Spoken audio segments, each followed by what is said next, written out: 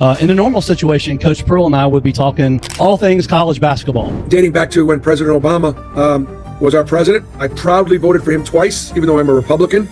They're taking a position against an enemy that's sworn against us as well.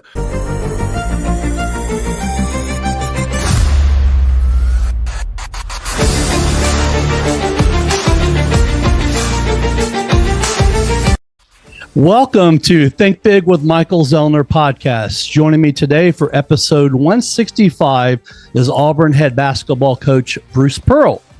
I've been fortunate enough over the last few years to interview several former or current basketball coaches, including Will Wade a few times, Josh Pastner, Jamie and Christian, and Andre Turner.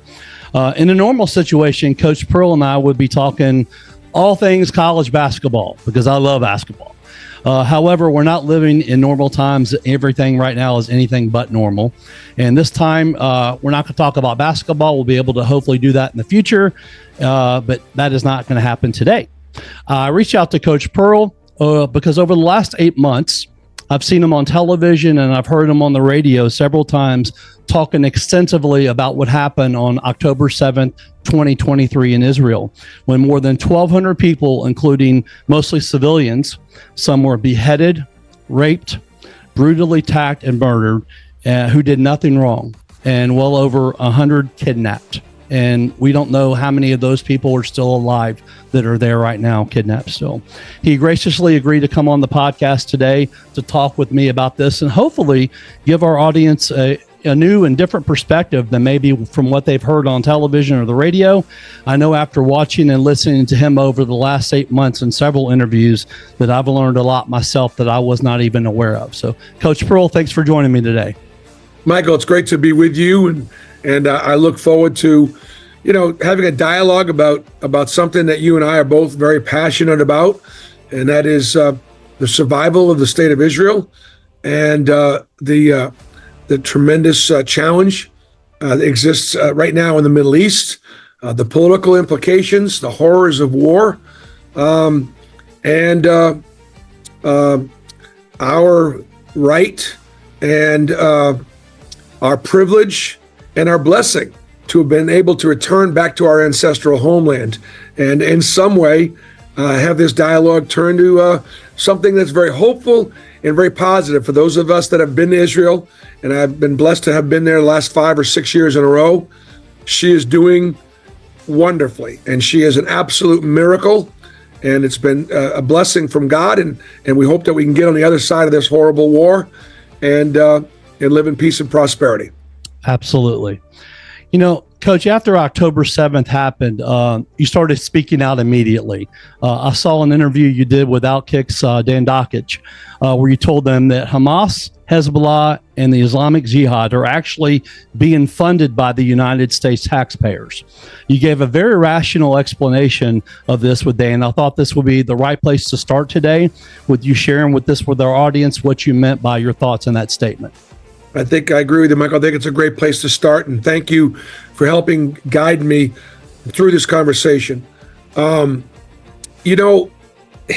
conflict, sometimes you have to choose sides. And politically, sometimes you want to pander to all sides. And that's not always realistic in this world. And I think that dating back to when President Obama was our president, I proudly voted for him twice, even though I'm a Republican. I just thought it was absolutely wonderful that our country could elect an African-American president twice. I think it said a lot about our union. We're not perfect, but we're the best country in the world. And that is one of the evidences of how much progress we have made as a nation.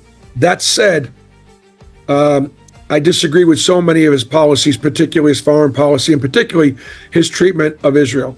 I think President Obama had made a decision that he, and I actually think it was well-intentioned, very well-intentioned. I think he believed that he could bring Iran back into the world of nations, into some level of normalcy, as opposed to the Islamic extremism that they had adopted since 1979. And you know what? If anybody could, maybe he could, but he could not, and he did not. And instead, he disrupted the balance of power in the Middle East in such a way that no longer did Israel and some of the Gulf Arab states who were more moderate have the highest ground and the strongest ground. He emboldened, he enriched, he empowered, and he brought some stability and credibility to a Islamic terrorist Iranian regime that was not in a very good space. And obviously, by doing business with them and allowing them to sell their oil and freeing up certain assets because of their assets had been frozen because of their horrible behavior on the world stage, he enriched them. They then enriched their proxies, Hezbollah, Hamas, the Palestinian Authority, the Houthis, and they created war in the Middle East.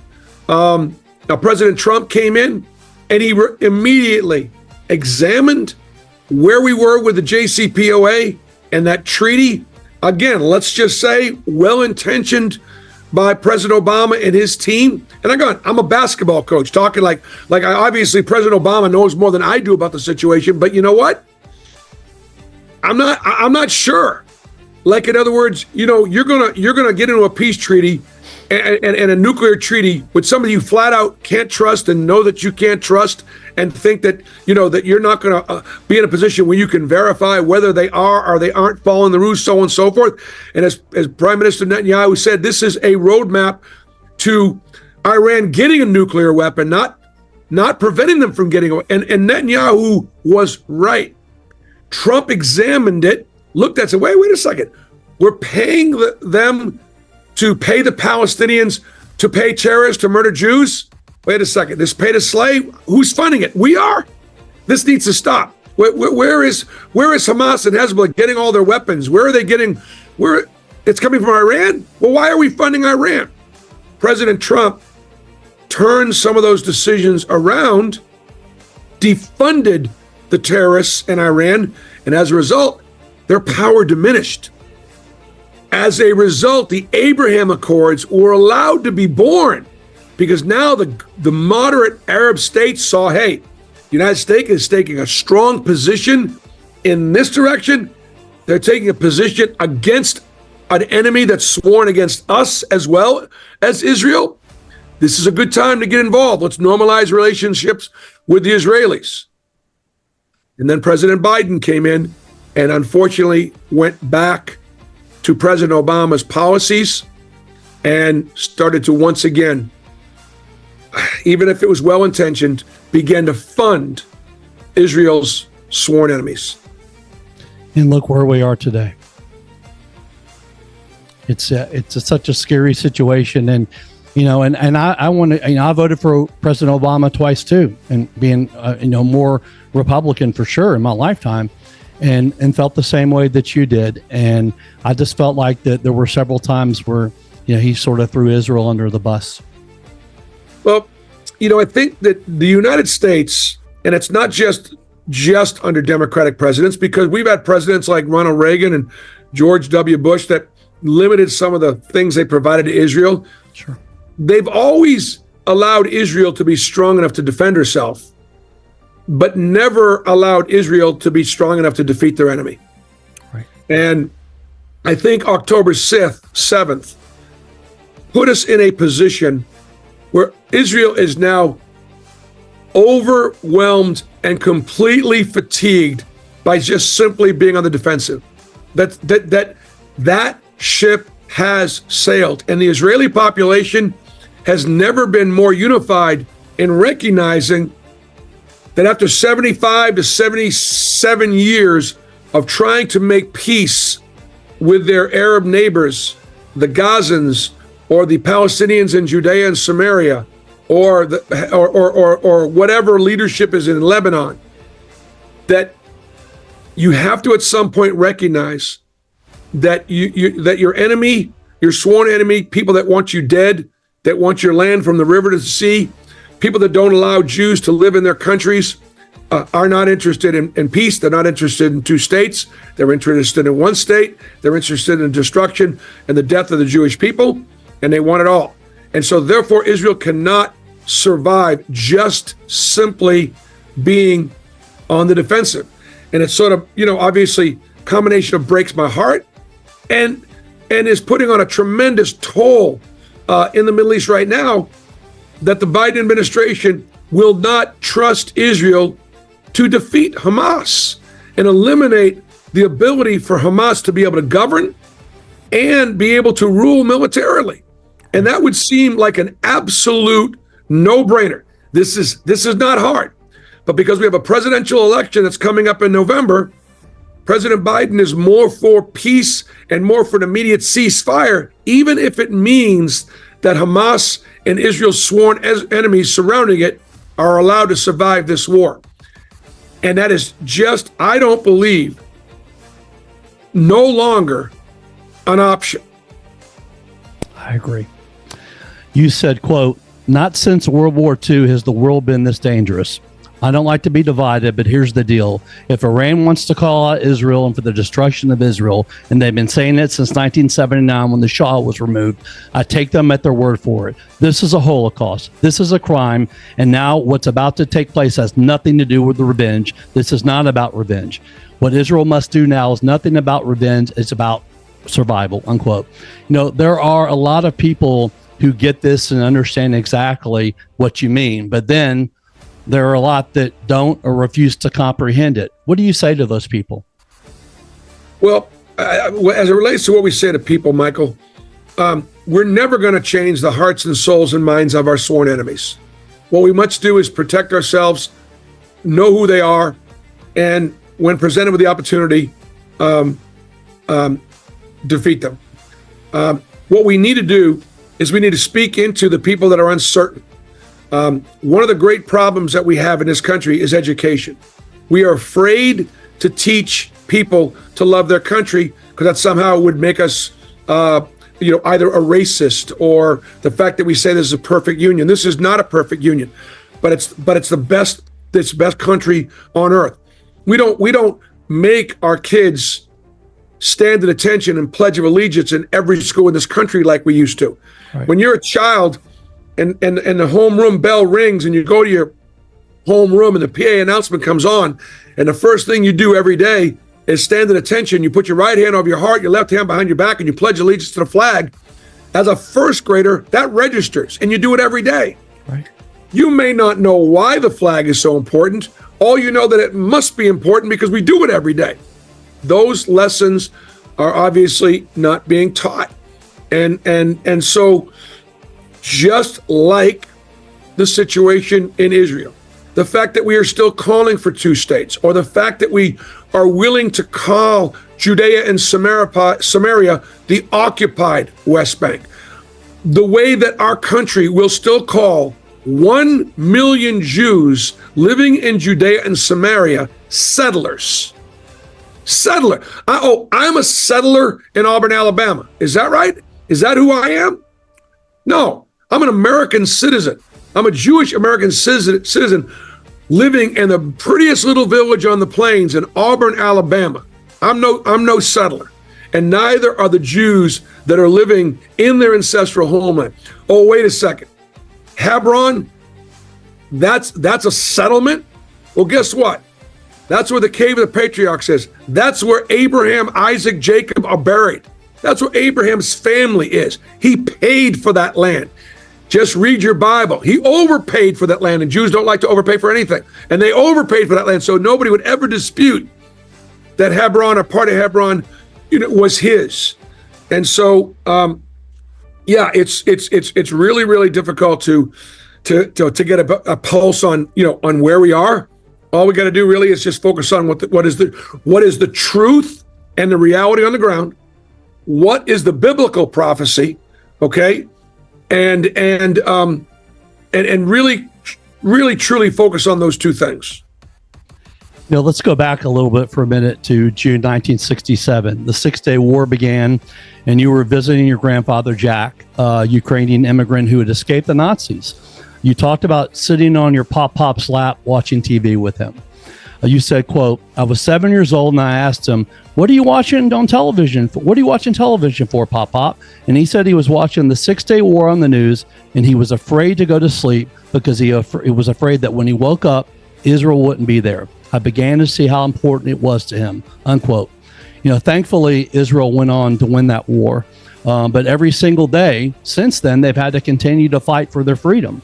We're now exactly 57 years later to the month from that war when it happened. Do you think that most people could even fathom what would happen if Israel did not defend themselves and completely disappeared? Well, things could be different for all of us here in this country if we didn't have Israel. And if you don't think that's possible, just look at what took place on college campuses this year to believe, well, it could never happen here. What happened in Germany? Well, guess what? In Washington, D.C., the same day, the ADF heroically rescued 4 hostages. Thousands of protesters surrounded the White House chanting "Death to Zionists." Well, guess what? Michael, you're a Zionist. Right. I'm a Zionist. That means they're calling for my death, your death. Okay, somehow that's okay. Like, what if they just replaced the word Zionist with African American or gay or woman, or it would never be allowed. But somehow they have a freedom of speech to be able to chant and call for my death. Well, I see you and I hear you. And I'm going to do everything I can to protect myself from you. And I'm sorry that you feel that way. Part of the problem, going back to the teaching, Michael, is that we've been sold a lie. We have been sold, and the population has been sold on the fact that Israel was born in 1948, simply after the Holocaust. And what happened was the United Nations basically gave the boot to millions of people, millions of Arabs that were living in Israel, and moved the Jews there because they had no place else for them. And they displaced all these people, and these people have a right to return. There's only one problem with that. It's all a bunch of bullshit. It's a lie. Okay? As you know, and as most of the people that listen to your podcast know, Zionism, began in the late 1800s. And as Jews, like my papa, who left Ternopil in 1929 and came to this country, they began to see the anti-Semitism in Russia with the pogroms, and they began to see the anti-Semitism with Nazism in Germany. And thank God many got out. But as we know, 6 million did not. And but way before that, in the late 1800s, early 1900s, the Jews began to move back into their ancestral homeland. When it first was taking place, it was no big deal. The Arabs were living there. Some Arabs were living there. Some Jews were living there, so on and so forth. Actually got along fine.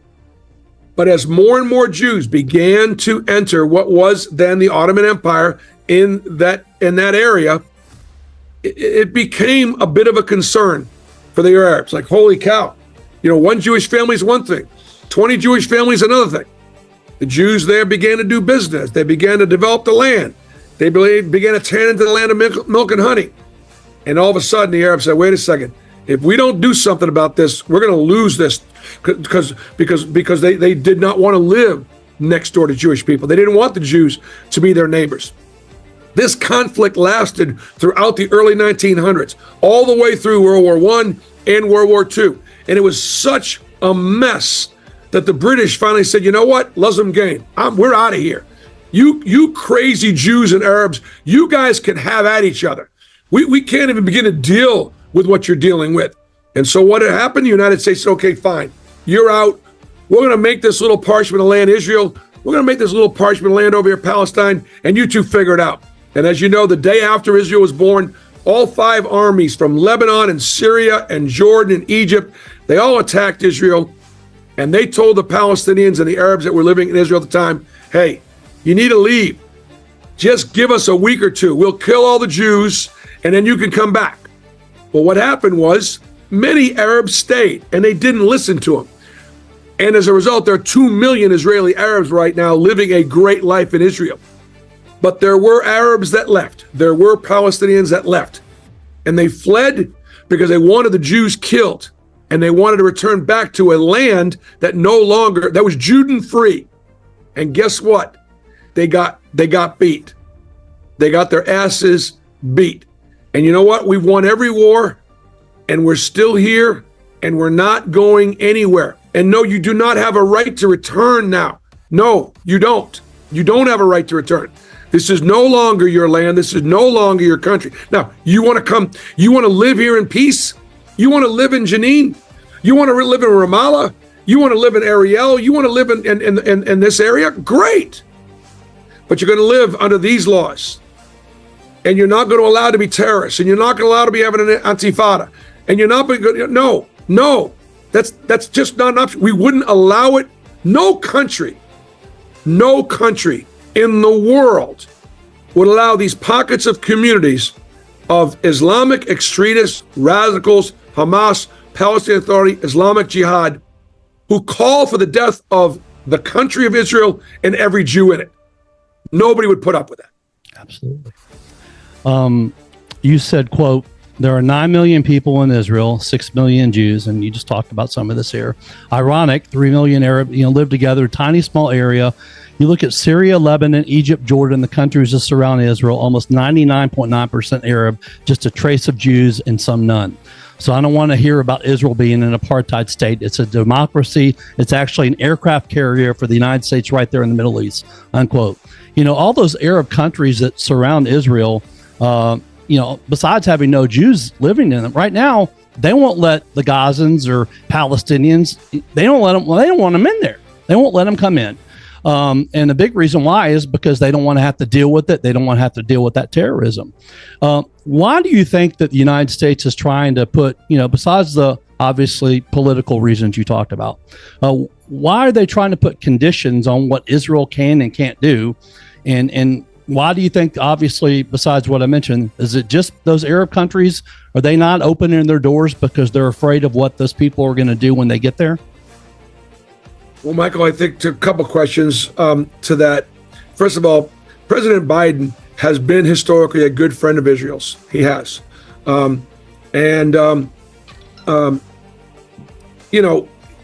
had a spat with Menachem Begin years ago when he was trying to kind of control back then how Israel would be able to use their weaponry, how they would fight the wars, how they would defend themselves, and was threatening Menachem Begin with withholding aid to Israel if Israel did not do what the United States said. He did this as a senator. And Menachem Begin told him, look, I don't come here. I'm not a Jew with trembling knees. In other words, Michael, I am grateful to the support the United States has given Israel. Israel would not be in the position that it is in without the support of the United States. At the same time, I'm also not blaming the Biden administration or the Obama administration for being the only presidents to withhold aid or to not completely be on Israel's side. If you think back to 1967 or 1973, there were times when the United States would not supply Israel with the planes or the munitions back then to defend themselves.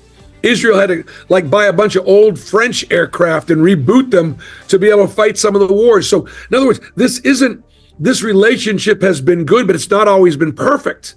Right.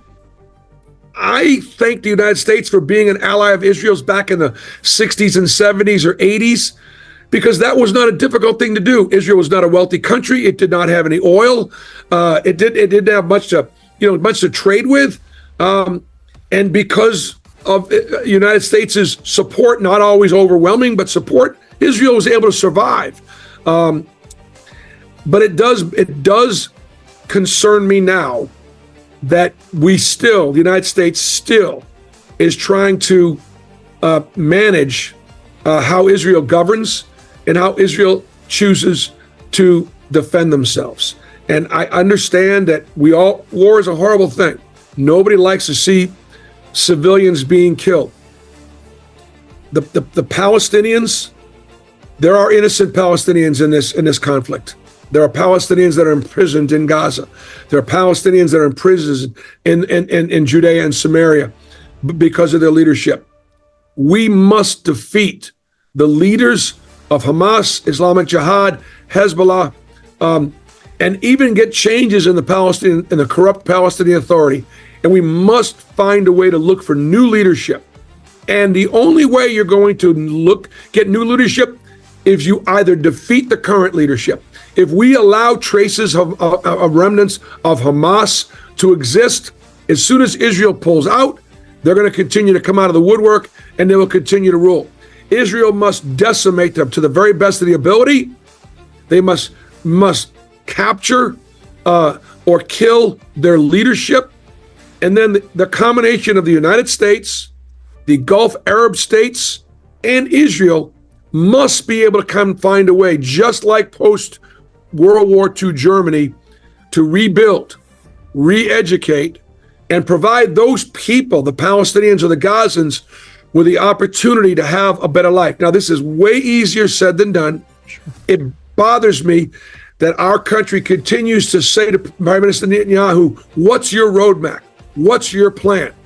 Look, we pulled out of Gaza in 2005. We gave them a state.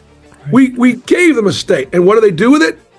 They turned it into a fortress and a launching pad for terror. They built all those tunnels for the terrorists to be able to hide and survive. They put the poor population sitting right on top of them. And that's what they've done since 2005 with billions of dollars in aid.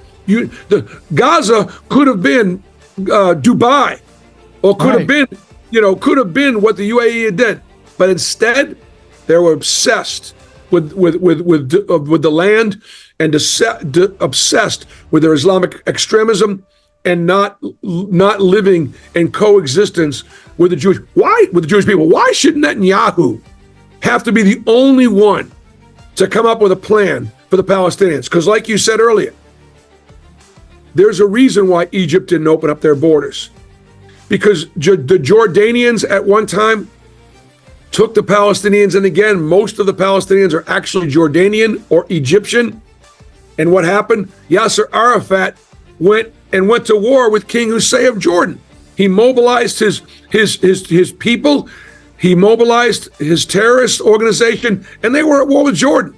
The Jordanians don't want any part of that anymore. The Egyptians don't want that any part of it anymore. Let the Palestinians just be Israel's problem. And it should not just be Israel's problem. Exactly. I think that we all knew that there was anti-Semitism, around the world, even in the United States before this. But, I'm not sure that the Jewish people living here really realized how bad it was until after October 7th still.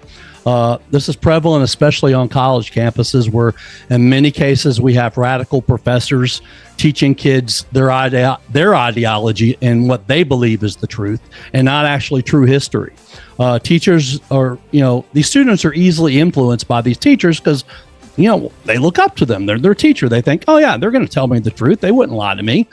And, especially over the last 3 months, we've seen the outcome of what's happened.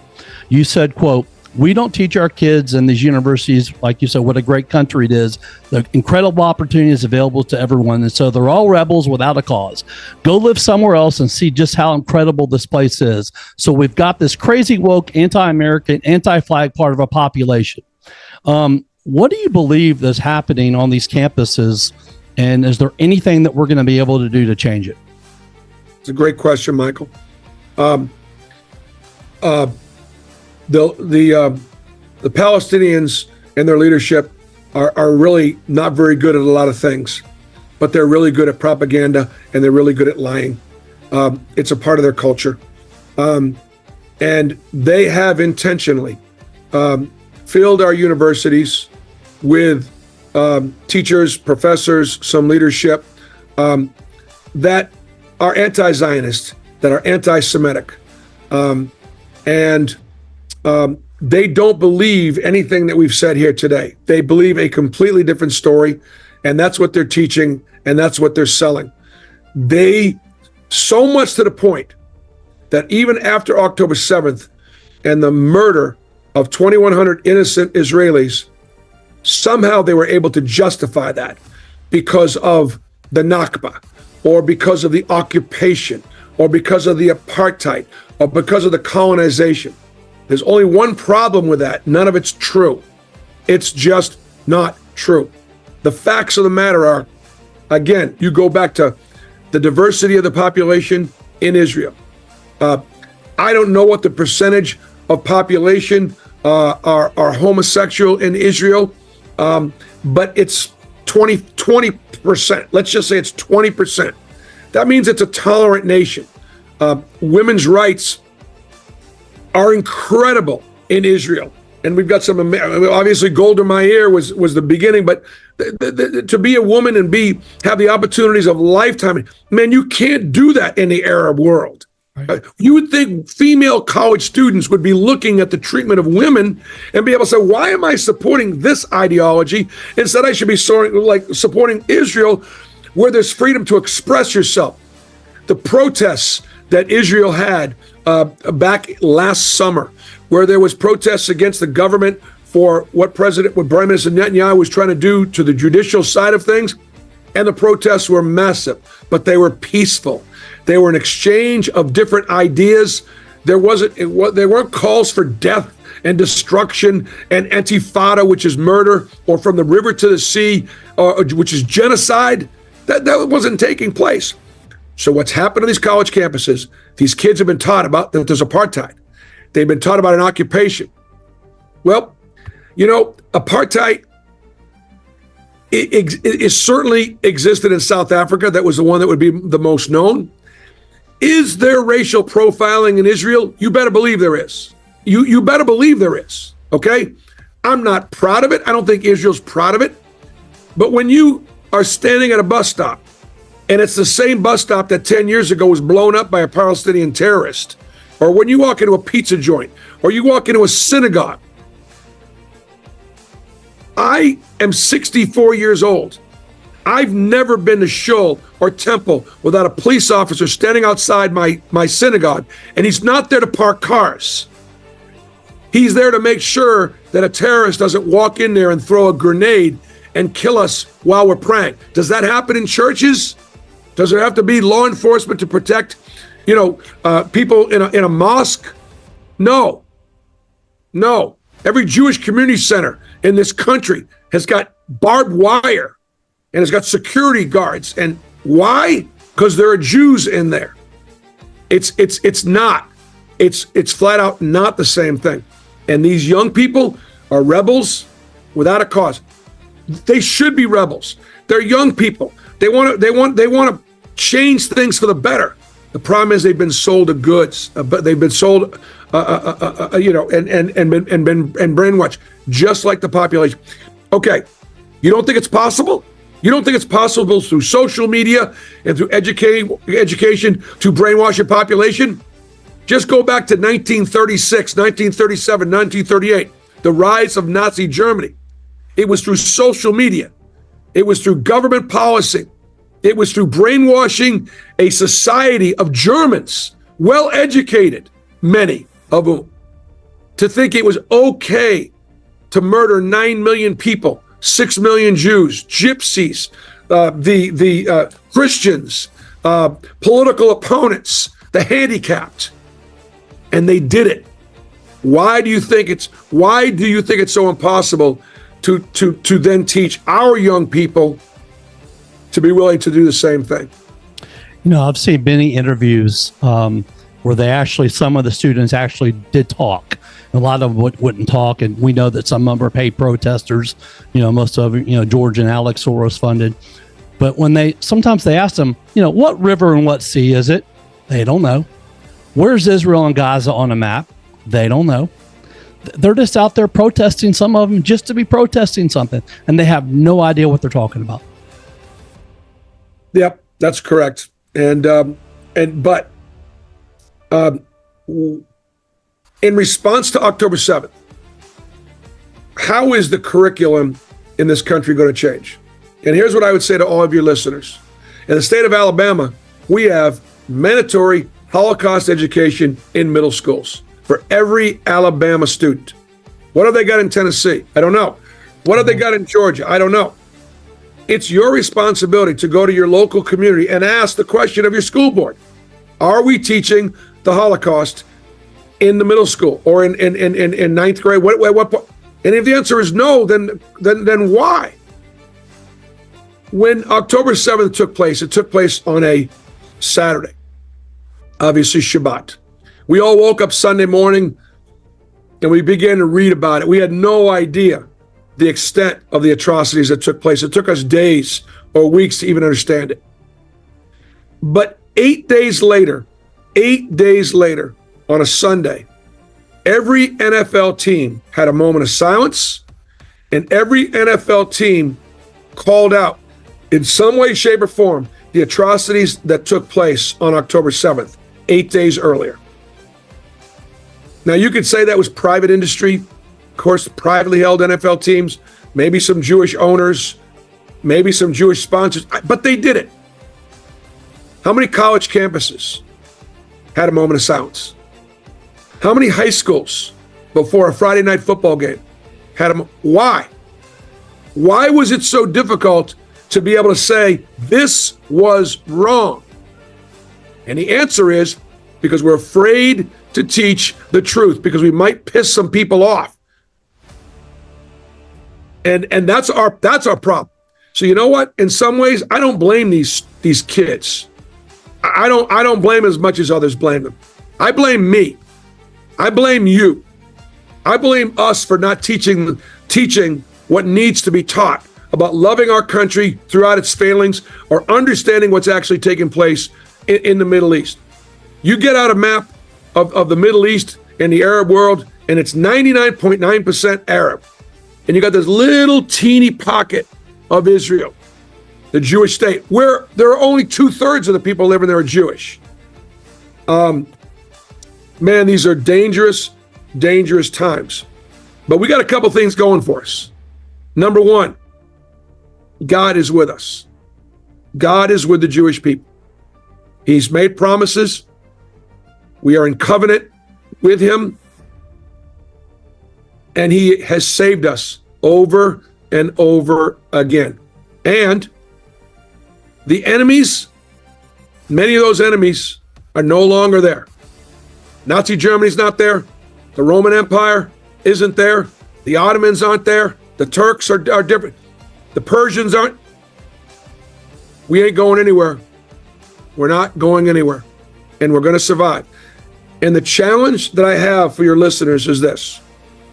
Be a mensch. Whatever you're doing, be the best you can at what you're doing. Be an incredible contributor to your community. Be a role model. Be generous. Be kind. Be good fathers and husbands. Live in such a way where God's light can shine upon the Jewish people. And when we don't, and when we contribute to the stereotypes that are against us, we make it harder and harder. But that's not the case. You know, Michael, some of your best friends, some of your most loyal friends, some of the people that you know you can count on and trust. They're honest, they're hardworking, and if you needed something, they'd be there for you. Some of those people are Jewish. We don't brag on ourselves enough. So be that Jewish person in somebody's life that is that best friend, that is the most honest, is somebody that you trust and that you might go to in need. And that's who we need to be. Let the haters hate. All right. Last question I have for you. Well, you took your Auburn basketball team back in 2022 to Israel. What was that effect on them, and you know, how did they like Israel, and what was that whole experience like? Well, you know, I had coached the USA Maccabi team. In fact, there's my Maccabi shirt. I got my Maccabi shirt on right now for you guys to see it right there, in case you can't see it. But in 2009, I took a group of Jewish boys over to Israel, and I left there with a gold medal and some Jewish men that came back and understood the honor it was to just step foot on that holy land, representing the United States of America in the red, white, and blue, the game of basketball. and compete against Jews around the world in an incredible experience. At that point, then I knew I wanted to someday begin to take college basketball teams to Israel. And so every 4 years, the NCAA lets us go on a foreign trip. And I've been planning this trip to Israel, and we made it happen. In addition, while I was on this journey, I met a wonderful man named Daniel Posner. He is the head of an organization called Athletes for Israel. And Daniel, for years, has been taking NBA players or professional athletes, coaches to Israel to try to get them to understand. In other words, Michael, that when you would ask an Israeli, what can we do to support you? The first thing they say is come visit. Just come visit. Come to Israel and just see for yourself. Don't make me tell you how special it is. Just come see it. And so for Muslims, it's a holy land. For Christians, it's the birthplace of Jesus. It's a place where Jesus lived his entire life. Jerusalem is a place where he celebrated the festivals.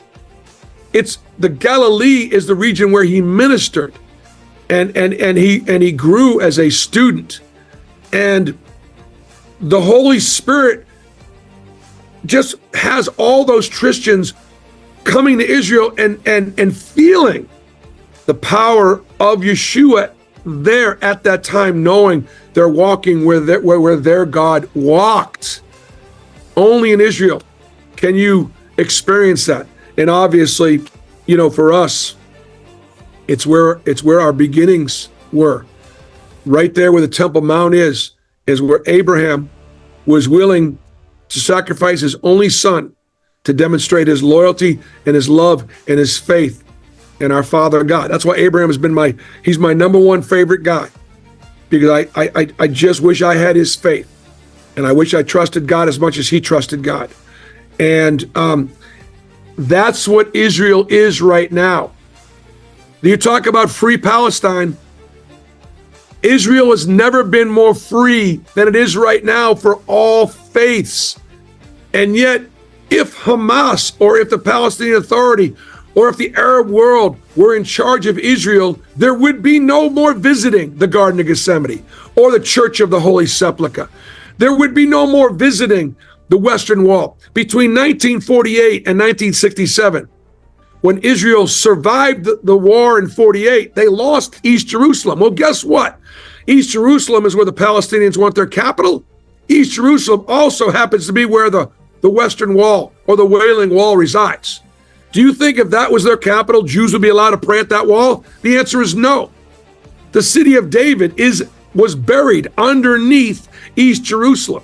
They're now uncovering it right now. Do you think if that was a Palestinian capital, a Jew could ever go worship or pray or celebrate the life of King David? No. So the world needs to get over it. They need to get a grip on it. They need to understand the history. They need to understand their Bible, and they also need to understand the realities on the ground. Israel created a Palestinian state, and it's called Gaza. And it was a mistake then. If the United States forces Israel to create another terrorist state on the other side of its country, it'll be the beginning of the end and the destruction of the state of Israel. The book of Revelation will be coming alive faster than anybody could possibly realize if that's what we support. Absolutely. I Coach Pearl, I can't tell you how much I appreciate you coming on the podcast today. I know you're super busy right now, and I also know how important this subject is to you, because thankfully you have been one of the, unfortunately, very few Jewish voices that are prominent out there in this country today that have been out there speaking about it. Even though this is a very serious subject that we talk about today, I enjoyed, talking to you and getting a very rational and truthful perspective from you. And I definitely hope to have you back on sometime where we can talk about something fun, which is basketball. So thank you so much again for coming on. We'll do that. We'll do that sometime, Michael. And I just want to just kind of close with just being hopeful. I'm very hopeful because the Abraham Accords, they were an amazing accomplishment. And the fact that many of the Abraham Accords countries, the Gulf states, have sort of stayed off to the side and remained, even if it's just remaining neutral right now, is a sign that we've come a long way. That it's in Saudi Arabia's best interests to be an ally of Israel's. It's in the United Arab Emirates' best interest, both financially, economically, and from a security standpoint. Those countries are beginning to re-educate their population as to some of the realities of what's taken place with the Palestinians. Just like these college students want to support this cause of the lesser, so do the Arab world that living in UAE and living in Saudi Arabia and living in Bahrain and Morocco. They still are Arabs, and they want to still be sensitive to the plight of the Palestinians. But their leadership knows that it's due almost exclusively to the lack of good leadership of the Palestinian people that have put them in the positions that they are in right now. And unfortunately, that's been bought and but sold. If Israel is allowed to defeat this enemy and get and allow the Abraham Accords countries to come in and assist with a reboot, then perhaps there's a chance for peace in the Middle East. Absolutely. It's good to be with you, Michael. You too. I'm Yisrael Chai. I'm Yisrael Chai. You take care. Thank you.